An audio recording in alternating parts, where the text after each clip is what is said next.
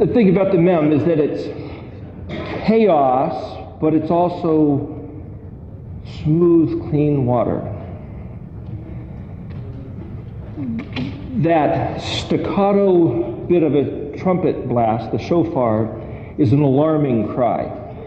So if you do a study in other books about what the mem means, sometimes they'll just simply say, well, it's chaos. So if you're going to draw a wave, you'll draw the chaotic part of the wave and then the smooth part. And if you show a wave crashing over and then the tube of the wave down here, it's kind of that same effect. So the way to draw the mem in paleo,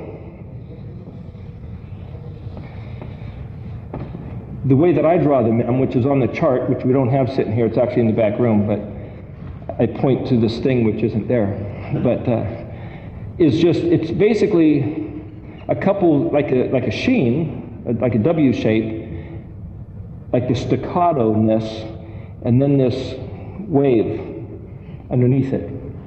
Similar to the mem is the noon. It's the two letters that have this kind of a tail.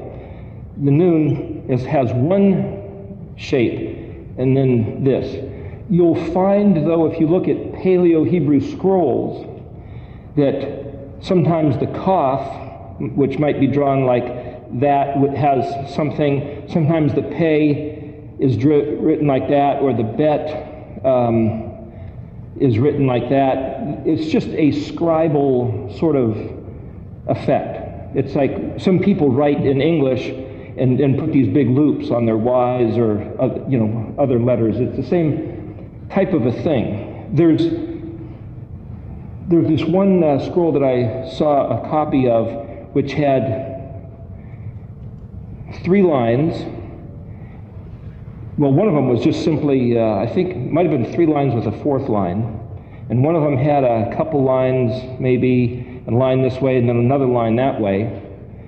And there's no way really for you to know that that was a mem, because there was an aleph that I saw written like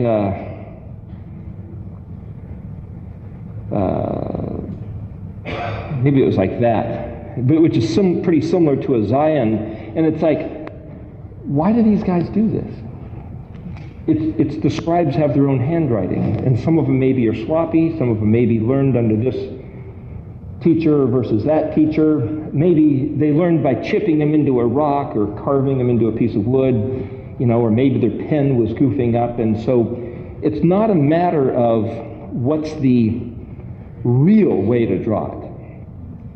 Someone asked me, and this person might be from Ireland, I don't recall. They sent it on an email. They said, why do I use what's known as the mid-ancient instead of the most ancient designs of these letters? Well, if you look at Jeff Benner's website, which is Ancient Hebrew, I think it's .org or .com, Ancient Hebrew, he draws his mem like this. And it's like, well, it's water. Mem simply means water. So if you look at the modern mem, it's like this. Well, that's pretty similar to our English mem, the letter M. Our letter N is closer to that, but you see that in modern, this has this piece that comes underneath. But then there's something in Hebrew called a sophit letter. So part of this class is I'm talking to you here. So you people that have decided to show up to the class every week, I don't know how much you know. So some of this stuff might seem, oh yeah, we learned that a long time ago. But some people maybe don't know anything about this. So I'm trying to cover a few basics. But there's also people watching over this camera around the world. And some of this may linger for the next 10 years, maybe, who knows? And people may stumble across this who don't have access to the information that we have right here, and so maybe some of this is brand new. So part of what I'm trying to cover is some things that'll cover this full range so that everybody gets something out of this. and also try to go places where I've never seen anybody go before. So part of what I'm doing in this class, just to kind of bring people up to speed a little bit, is to say, this is the modern letter, and they have this thing called a sophete, which is shaped like this, kind of square. This is the modern English letter, and the Greek letter almost looks like a U shape. That's a whole different thing. We're not talking about Greek, but it's on the chart. It's called a mu. This is an ancient paleo, but you might find these other various shapes, right? Like that one, or just that one, and these things. How is this a mem? So the shofar blast that I did in the beginning, this staccato, which is like a war signal, and then kind of the long or smooth thing. I'm trying to. There was someone who was telling me, look, you give so much information, people can't grasp it all. If you can't grasp it all, hopefully you'll grasp something, and then if you watch these tapes a year from now, 5 years from now, you'll go back and you go, oh, now that you've learned a few things based on what you learned originally, you'll be able to pick more things out of watching the same class. So hopefully this is not a class that is like for beginners and you'll never have to access it again. So what I'm trying to do is show you what the letters look like. So if you can pick up a Torah scroll and recognize the letter mem, there's an element of success. And if that's all you get out of the class, hey, I recognize the letter mem and I know what it means, this person was telling me, that's enough. It's like, okay, so I could spend 10 minutes and make sure you understand this letter mem and give you a piece of paper to practice drawing on it. And if you then end up with the class saying, I recognize the letter mem and I know it means water, then in a certain way of measuring success, this will be a successful class. You'll feel good, you've learned something, and that's okay. But now I'm also trying to take this further, and maybe you'll notice that I've been doing this with each letter. I've been trying to show you what the letter looks like in modern. There's two shapes of this letter, which I'll address in a minute. Compare it to the modern English letter, show you the different variations of it in paleo, and again, for the record, that's how I draw the paleo. Remember, it's a combination of a sheen shape, which in paleo, the letter sheen is a W. In modern, the sheen is like that. Some people even, one of the fonts is to simply drive it like that, or even square it off like that, but nevertheless, the point is that shape with this wave action. But then, what I've been trying to do in this later half, the second half of the meetings, the second hour, is to show you mem concepts. So I've been trying to show you in the scriptures where the concepts of these letters are, you might say, buried or passively spoken. So the week of the letter Hey, I made a point that there was two voices. There was the whisper, and then there was the shout. And so I had the neon, like the traffic signal safety jacket, and then I pointed to a bouquet and say, can you hear the voice of the bouquet? These colors, what are they saying? What message did the Almighty, the Creator, embed into this bouquet of flowers? It's like, what do I mean by that? Well, that's part of the mystery, is what does that mean? What is that silent voice, that whisper voice? Of course, I believe it was Elijah went on the mountain. Mount Sinai is running from Jezebel, and he saw there was the earthquake and the wind and the storm, but the voice that he was trying to hear was not in that. And then there was this still, quiet whisper, and it said, "What are you doing here?" Well, that's a different way of rendering two different voices, but the concept that each letter has at least these two different voices is this bet concept, meaning two, this dynamic, this duality, to, die, by, that is all meaning two. So right off the bat, from the aleph to the bet, it seems like Yahweh set up this duality of the nature of his expression. So every letter has a couple different ways to regard it. The mem happens to show a picture of the chaotic and a picture of the kind of the smooth. So if you understand what the letters mean, then as you're reading through scriptures, you can look for those concepts embedded in the writing. So now, for example, because mem means water, you can say, well, how do we know mem means water? I mean, here the paleo looks like water, but this doesn't look like water. Well, you could say the word mayim, spelled mem, yod, mem, literally is water.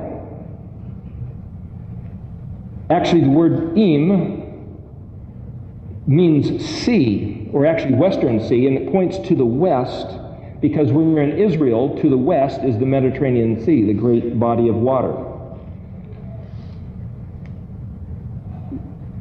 The fact that mayim means water is almost incidental to the letter itself. But the fact that the letter mayim has to do with water, then, we're also trying to look at where in the sequence of the chronology of the alphabet you find each particular letter, in this case the mayim, the mem. So part of the class is to say, by observing the order of the alphabet. You see, in English you could say, why is it that it goes A, B, C, D, E, F, G? The letters don't mean anything. It seems to be an arbitrary, random placement of order that somebody somewhere way back when stuck it in there. And that's where it falls. And by habitual use over the years, we just keep it that way for easy reference. So you can catalog things in a library or a dictionary. You know where to read it. But the letters don't mean anything. So again, it's an arbitrary reference other than making it easy to find things. But part of the hypothesis of this class is that the letters mean something so specifically that if you know what these letters mean, if you had all the letters jumbled up, sitting in a pile, and nobody told you what order they were in, if you really thought about it, you could find and place the letters in the proper order. That's quite a stretch to say that that can be done. But to say that it can be done means that the letter mem has to fall between the lamed and the nun because of what all the letters mean. It couldn't be anywhere else. Well, if the sequence of the letters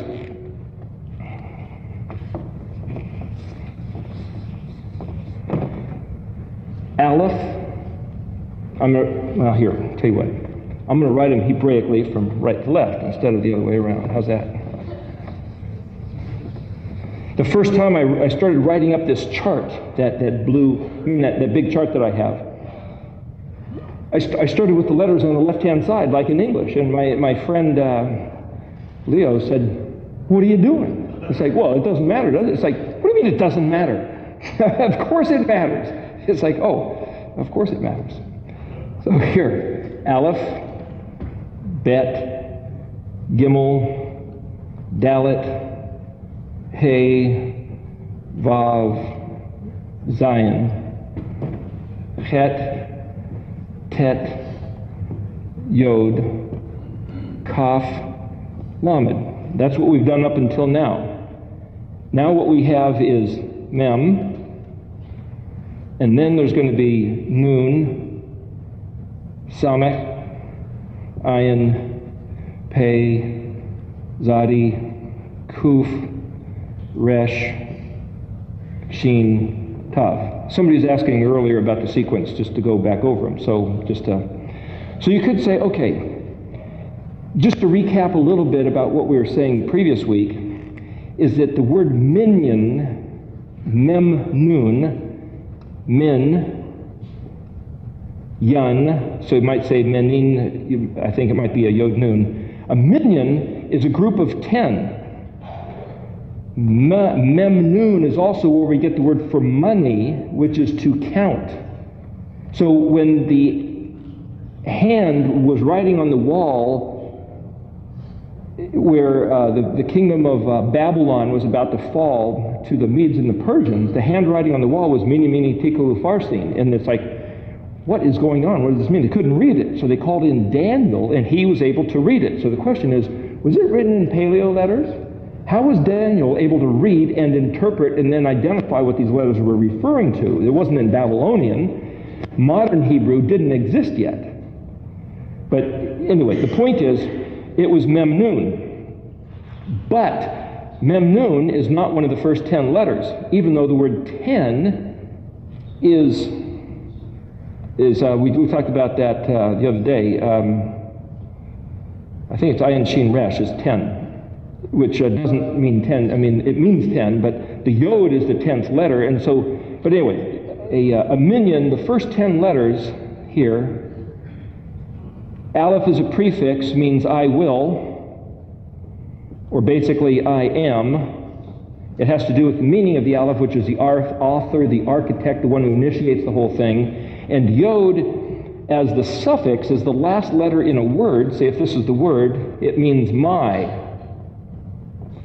So part of my observation of the working of the alphabet in its natural sequence is that the Almighty Creator Himself identifies something about what He is and what He's going to do in these first 10 letters.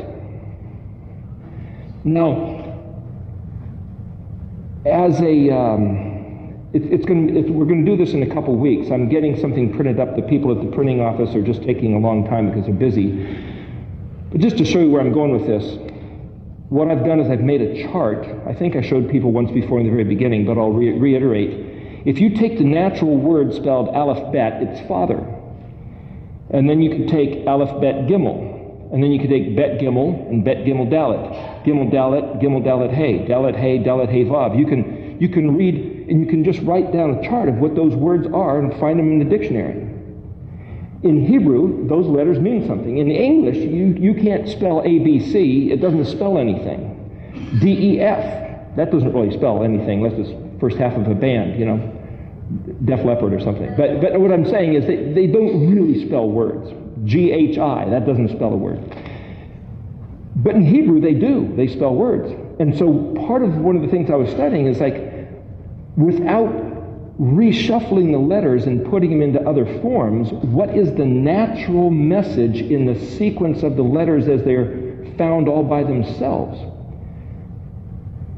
It was interesting. And plus you can do it backwards too. You can say the word spelled Tav Shin Resh, Shin Resh Kuf, Resh Kuf Zadi. So I think for the week of the Hey, or right around then, as soon as I can get it back from the printer, I'll hand that out and people can look at it. It's just pretty interesting, I think. My point is, if this is I will, these two letters as a word means all. Now, we talked about this last week. The last 2 weeks were the letters Kaf and Lamed. And according to the chart, we don't have it on the screen anymore, but the Kaf and Lamed were in the purple letters. If you read this word this direction, Kaf Lamed, it means all. But if you read the word this direction, Lamed Kaf, it means to you. Or it also means for yourself. So when you have the parashah that's titled Lech Lecha, it's translated as go for yourself. Because Lecha also can mean simply the word go. So in other words, the translators come up with these different things because there isn't one way to translate it, and so there's 3 different translations for Lech Lecha right there. The question is, what does it really mean? And so I was suggesting last week that you as a suffix, Kaf as a suffix means you, and Lamed as a prefix means unto. So that's where they get to you. It's like unto you. But the Lamed is the separate staff of authority, so it's like the authority given unto you. Reading it this way, Kaf as a prefix means like or as, and Lamed as a suffix doesn't mean anything as a suffix, so you have to say, well, what's the meaning of the Lamed? What's authority? It's the shepherd's staff. So you could say, like the shepherd, or like the authority. I mentioned that the Kaf is like the constitution of the kingdom, and the Lamed would be like the Supreme Court. And the Supreme Court interprets how the instructions are to be put into application or into proper use. So you could say, well, like the authority has demanded that the Constitution be applied, that would be Kaf Lamed. All. Completely. So, here's the chart. Thank you, Mark. Just for what it's worth, these blue letters up through here, we've mentioned this before, but it says the Dead Sea Scroll font. I got a copy of a book showing the Leviticus scroll written in the Paleo letters.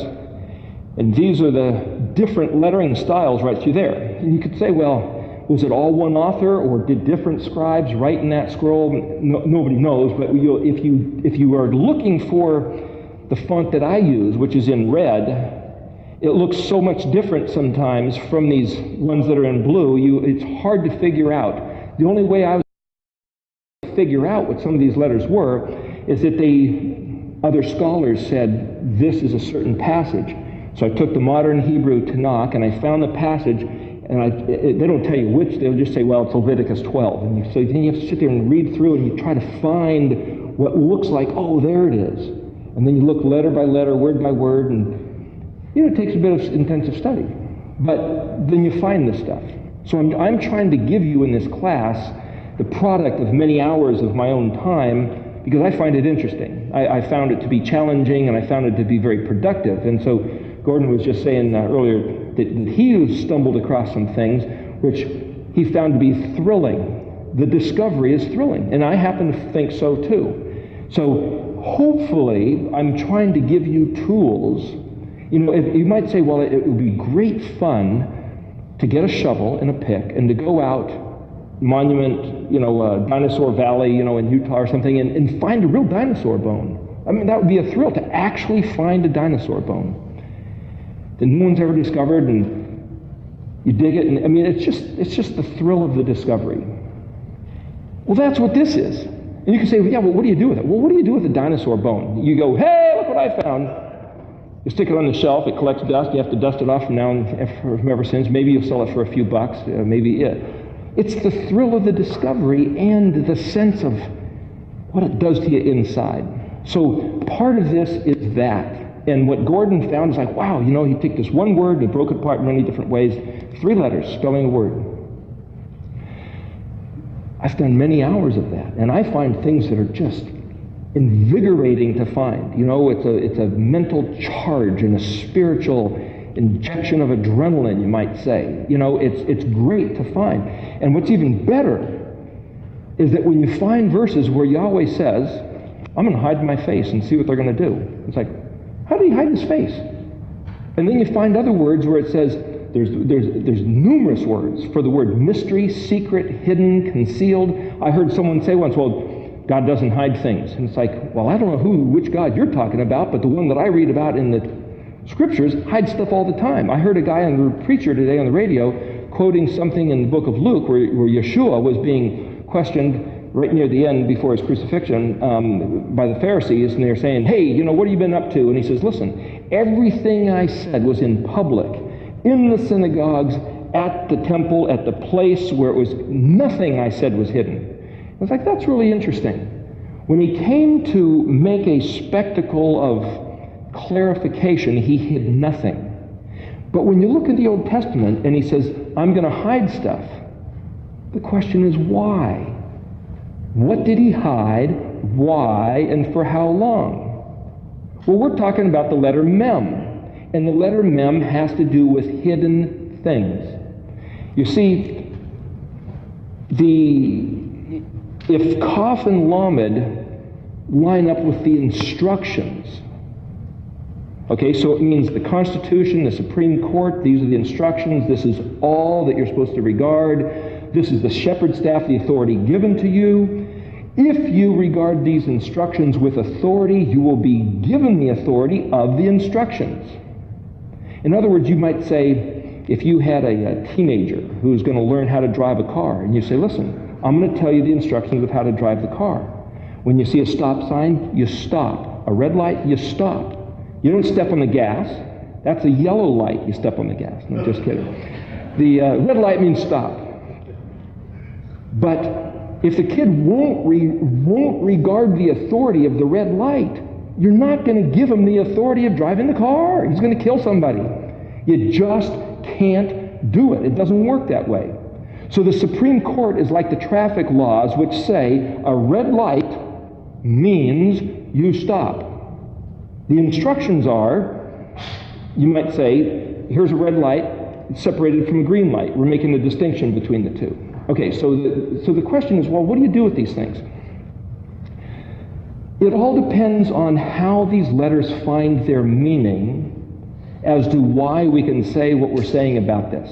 So in other words, if you look at some ancient writings about the alphabet, I read this one book where it says nobody, people who have studied linguistics for years, nobody knows where the Phoenician alphabet came from or where they got its meanings of the letters. All they know is that this is what the letters mean. And we've done this before, but I'll say it again. You'll find this from Frank Seekin's book of Hebrew word pictures. You'll also find it on Jeff Benner's site, Ancient Hebrew, and any other books you'll find. I'll go through it for the sake of reference. Aleph is an ox, Bet is a house, Gimel is a camel, Dalet is a door, He is a window, Vav is a nail or a hook, Zion is a weapon or a plowshare, Chet is a fence, Tet is a snake or a full basket, Yod is a working hand, Kaf is an open hand, Lamed is a shepherd's staff, Mem is water, Nun is a fish, Samek is a prop. Now there's two words for prop. One is like a trellis, something which props something up, like a rose trellis, and the other is a propeller. You might think, well, they didn't have propellers back in the ancient days. I think maybe they did, but nevertheless, it can actually be seen as both. Ayin is an eyeball, Pei is a mouth, the Zadi is something that sprouts. Some people say it's a hunter, but that's another story. Kuf means the back of the head, Resh is the head, Sheen is teeth or fire or that which consumes, and then Tav is the mark or a sign, like you sign your name at the X. This is the end of the contract. Do you agree? Okay, sign here at the X. And if you agree, you could just simply sign an X. Okay, that's the simple meanings. So nothing I'm saying is in contradiction to any of that. But if that's all you see, then when you read these letters, if you end up the class and saying, okay, I know that that's what these letters mean, you can't do very much. But you can do something. For example, one of the things Frank Seekin said, which some people like, is the word shalom. Shin, Lamed, Vav, Mem. Okay, he says the letter Shin means to destroy. Well, it's teeth or fire, it means to consume, which means to destroy. Lamed is an authority, okay? Vav is a nail or a hook or something which holds something together. So he uses the concept of establishing or something held together. And then Mem, he says, means chaos. So he said the words, this is written up in his book, Hebrew Word Pictures. Shalom means that which destroys the authority that establishes chaos. And I know some people that have had that, and they have a little picture, and they think, well, that's wonderful. It does something for them. I'm not trying to take that away at all. That's good. They get something out of that. But I'm trying to take that now further. And the basis of taking it further is not on the basis of the simple meaning of the letters. It's the basis of the Mishkan pattern, which is what this chart is about. So for what it's worth, Kaf and Lamed is Jamie mentioned that Mem is in the middle of the alphabet. Let me clarify that. If you look at the word for truth, it's Aleph, Mem, Tav. And the letter Mem is in between the Aleph and Tav. And the Aleph is the first letter, the Tav is the last letter, so you might say the truth is Aleph memming until it reaches the Tav. If Aleph is the plan or the purpose and Tav is the completion, Mem is like you take a picture of a book and you've got all these pages that flip past from the beginning to the end, right? So here you've got a picture of that one version of the Paleo Mem of these different pages flipping, just different pictures in your mind, right? A wave starting to swell and like a deck of cards flipping past. That's this memming concept. And when I call it memming, I'm blending Hebrew and English. Heblish, memming, okay, We're playing around with the language here, so some may take offense at what I'm saying if they're strict grammatarians, you might say. But nevertheless, I'm trying to make it easy for you to understand. But to go back to the chart here, excuse me, there's 22 letters in the alphabet. Kaf is number 11, and if you see that it's drawn like a hand, it even shows you the two letters, like the number 11, in the middle of the Kaf. See that? Number 11? That's one easy way to remember it. Kaf. Sometimes I draw the Kaf like this just to make it easy. It's still the hand, it's just missing the thumb, right? Same letter, and it's drawn like that, or the letter K. Mentioned that a couple weeks ago just for easy carving. Lamed is the number 12. There's 12 apostles, 12 tribes, 12 princes of Ishmael. This authority, these principalities. Well, the stars were put into the sky, as you might say, houses of the constellations, in Hebrew known as Mazarot, 12 months. Those are like jurisdictions or houses of the sun. So again, they're principalities. So this letter Lamed, which is 12, the shepherd's staff is the authority of the house. So you could say this concept of principalities is 12. Just another way to remember it. But if there's 22 letters, then the real break in the middle of the alphabet is between 11 and 12. In which case, you could look at this package of the first 11 letters here, and then you could write the Lamed down here and say this is the second package of 11 letters. If the first Aleph through Yod is the minion of 10, meaning this is my stuff, the Kaf meaning you or like, now is a change of thought, saying if this is my stuff, then you are supposed to be like, you're supposed to be like what? So you could look at the message of the rest of the alphabet and say, like what? Well, if there's an authority, and again here I'm trying to address the sequence of the letters so that you'll see why the mem is where it is and what we can then do with the mem, and other books don't necessarily do this quite the same way. And I'm going to compare it to the Mishkan pattern here in a moment. If you could say, you, remember this means unto, you unto mem nun. Well, if you come back to the chart here, and this is where I'm trying to make this easy by this pattern. The Kaf and Lamed are the purple colors, which is why I was wearing purple colors. I remember I had the 10 Commandments written in purple on shirt, and then I wore purple last week for the Lamed with purple heartwood staff with the 10 Commandments written on it. Well, this week, the mem and nun are both in red. And if you look down here at this picture, is a picture of the laver. And I happen to write it in red with blue water, which is why I'm wearing this. And just to go back to what other people, the things I'm not trying to do a fashion show. I'm trying to show you colors and images that'll stick into your mind so that when you look at the chart, you'll remember, oh, that's right, red. Why is it red and blue? On one hand, it's kind of arbitrary, but it's also not. Here's the laver. And the laver was drawn red, and it's got blue water in it. So here's a blue shirt like water, and the red is just to say, okay, this is in the color sequence of the red, the mem and the nun. If the purple, if you look back at the colors of the Mishkan, and again I'm readdressing things we've talked about before, the colors of the Mishkan itself were blue, purple,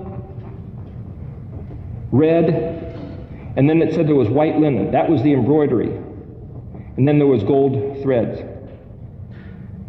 So we're talking about how the blue was like the Het, Tet, and Yod, which is the name or the authority of the Creator. This is His kingdom. Kaf and the Lamed, so his identity is the Creator. That's like Yod. Purple, which is Kaf and Lamed, which is the instructions of the Torah, which are the protocols of His kingdom, the Constitution and the Supreme Court of the kingdom of heaven, Yahweh, the Creator. That's the Hay. The Yod's expression. Purple, His royal decrees. Well, the next color in sequence in the book of Leviticus, wherever they mention the colors of the embroidery, it's always blue, purple, red, and then white linen. Well, what's the red? Well, the word red in Hebrew is dalet mem, which is the word for blood, Adam, Aleph Dalet actually as a word means vapor, so vapor and blood is what man is, Adam. He comes from red earth. So man is like breath and blood. That's where the life is, in breathing and in the circulatory system. But you could say, well, if Yahweh was going to express himself to his creation, and there's 4 letters in the name Yod-Heh-Vav-Heh, what is he saying? Remember I said last week there was a message in the pattern as well as a message in the words and a message in the letters. What's the pattern of Yod-Heh-Vav-Heh? Well, if you look at these colors and you relate them to the letters Yod-Heh-Vav-Heh and you relate them to this chart laying it all out, in the sequence of the alphabet, what it says is the fence sealed, which is to say like branded, claimed by the Creator, which is the kingdom of everything which is his.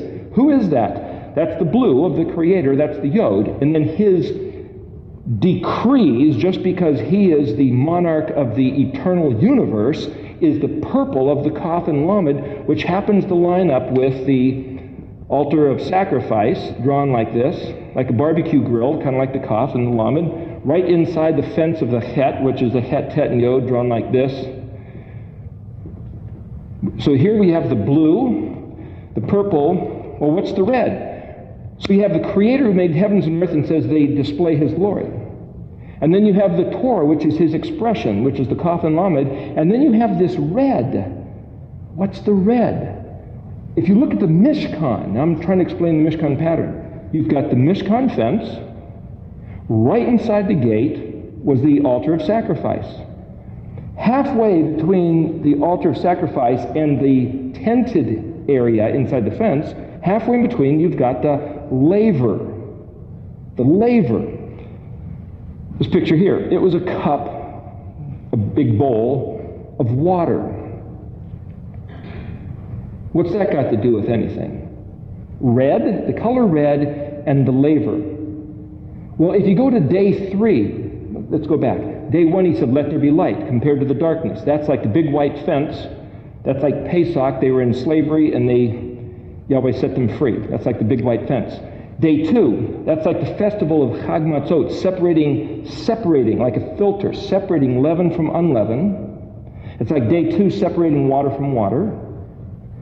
So you go to day 3, the festival 3 is Shavuot. Now Shavuot literally means counting. It means counting to 49, and then the 50th day is the day we call Pentecost, because in Greek, Penta means 50 and cost means count. So Pentecost literally means count 50. So the third festival, being Shavuot, is counting for 49 days and then celebrating on the 50th day.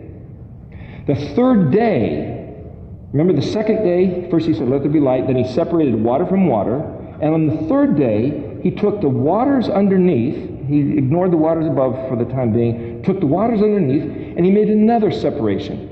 He separated the water from the land. He brought forth the land, but that's not all he did. He spoke into the land plant life.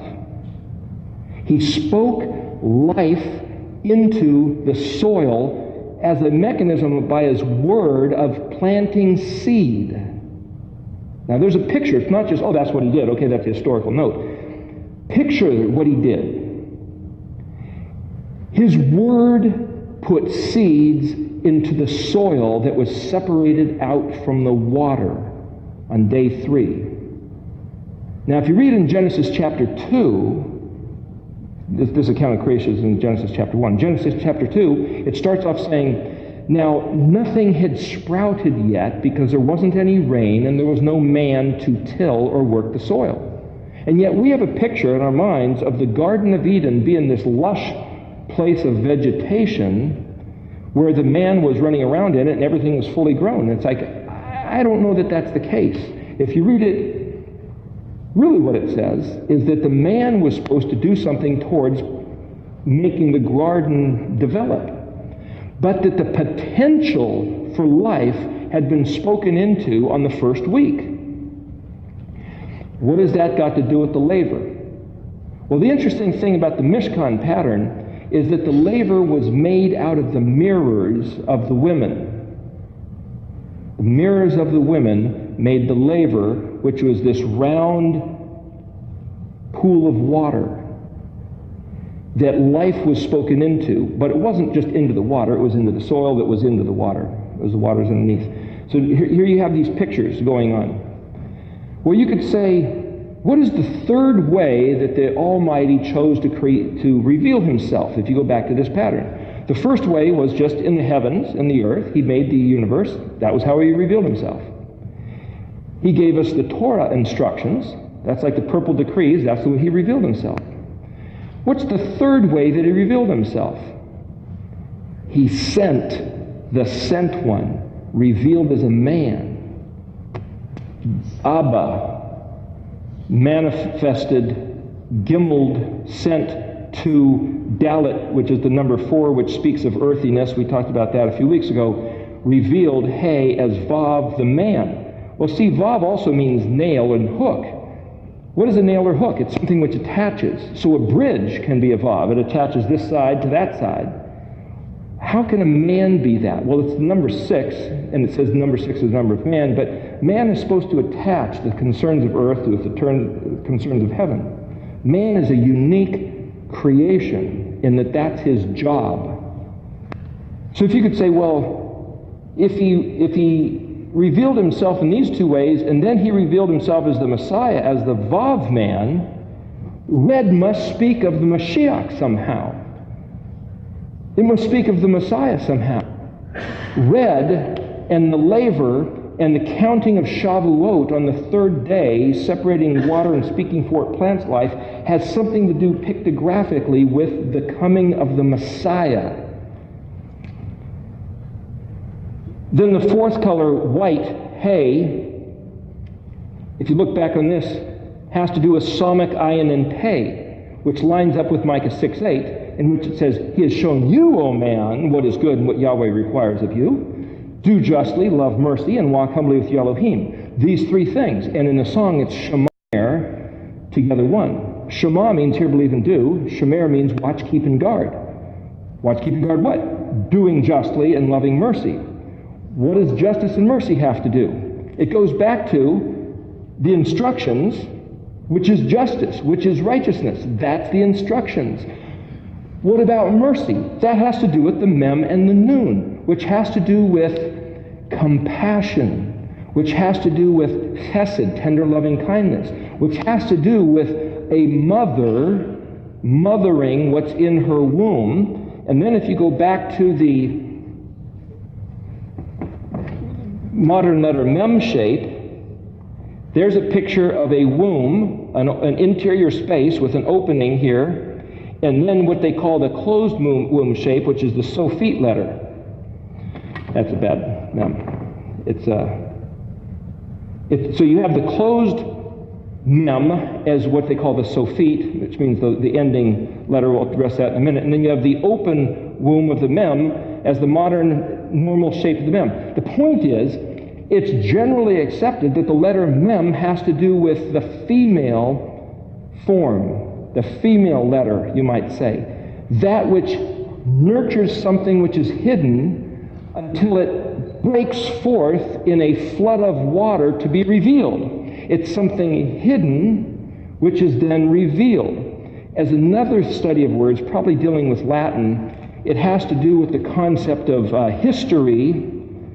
In modern English, it's like, well, that's like his story, that's like something that's right out there to read. But mystery, M-Y-S, mystery, has to do with the hidden thing. Again, the male-female sort of concept, masculine and feminine, worked even into those letters, were the mysterious. You know, women have this way of being kind of emotional and kind of like they just have a feeling, they have a sense of something going on. And men are like, what? What are you talking about? Men have to have it mechanical and right out there, and where's the nuts and bolts go? That's the way they're designed. There's these 2 different dynamics. The point is, this stuff is embedded into our consciousness. It's embedded into the form of what the bodies look like, what the letters look like, and it's worked in through all different languages. This is not just me making something up or some esoteric Hebrew stuff. This is like standard.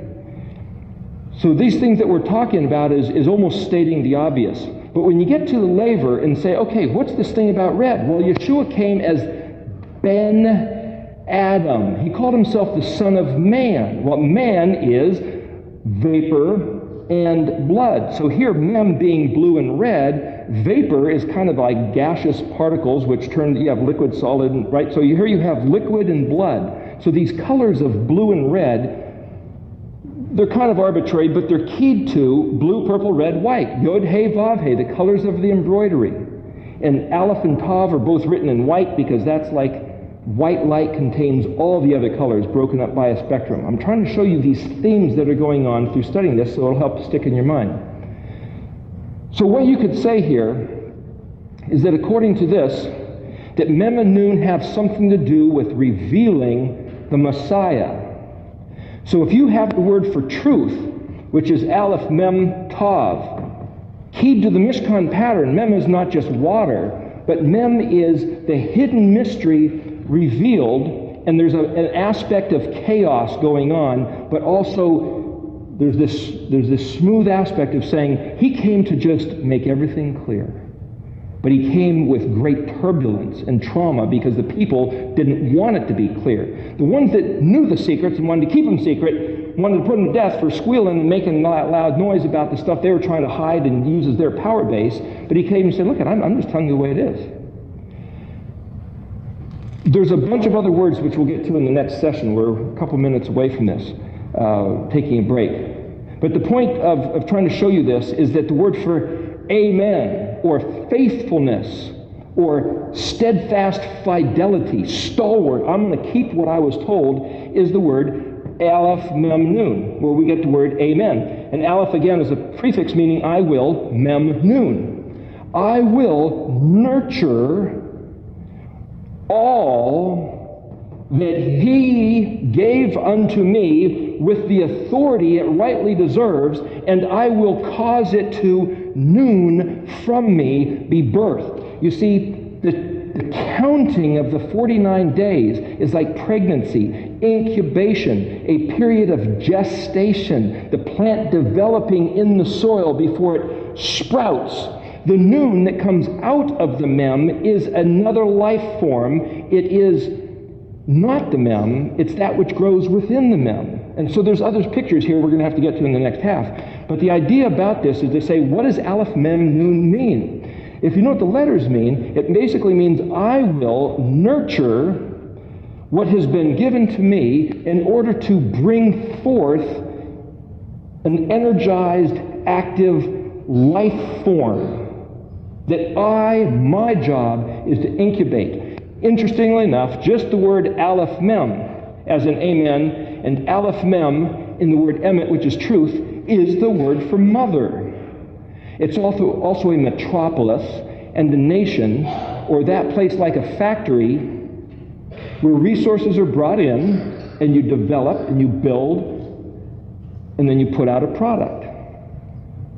It's the process of taking what you're given, doing good with it in order to bring forth a product which is, you might say, more than it was. You bring in raw material and you put out a product. And that industrious energy applied with nurturing compassion, the way a mother does of the child, the embryo within her, is what Aleph Mem is. So this letter Mem, being before the Nun, is the environment that the Nun grows in. And the Mem has as what it uses for the resources that are given to it, the Kaf and the Lamed. Whatever you put into yourself is the only resources which becomes that thing which is nooned. So hence, if you bring in bad stuff, you're going to put out a bad product. Women who don't take care of themselves psychologically or physically while they're pregnant are going to put out an injured, harmed, debilitated child. If we don't bring into our beings the stuff of Yahweh that He has given to us, we will not produce what comes after, which is this. And we're up against the break here, so that's what we're going to get into in the second half, is where in Scripture, about 1 minute, where in Scripture it shows this. I'm going to put one other thing here. Part of mem being water is concepts. Clean, that's a concept. Anything you find in the scriptures that talks about being clean, in Isaiah chapter 1, Isaiah chapter 3, hopefully we'll get into that. Also the concept of baptism, that has to do with the mem thing, being dunked into the water. But notice, it's not outside the fence. You don't get clean outside to come in. You don't get baptized outside in order to come in. Coming in or getting baptized or getting clean is after you learn the instructions. There's a picture here. In other words, what are you getting baptized unto? If you don't know the instructions, you're wasting your time. You're doing form without substance. But if you learn the instructions and say, oh yes, I now am going to go, as it were, under the water and to be reborn unto new life. Again, there's different ways to read these letters. But it's after you've regarded the instructions. You can't possibly do that from the outside, not knowing what this is about. So if you follow the letters of this sequence, there's a message in the form. And so part of what we're trying to do here is identify some of these different patterns so that you can pick these things out as you're reading through the scriptures and say, oh, that's a mem concept, even though you don't see any letter mems. If you can identify these things that you might say the Creator embedded within the sequence of his letters, you'll read the scriptures in a different way with a different set of lenses by which to read them. Anyway, we're on the break here, Jamie.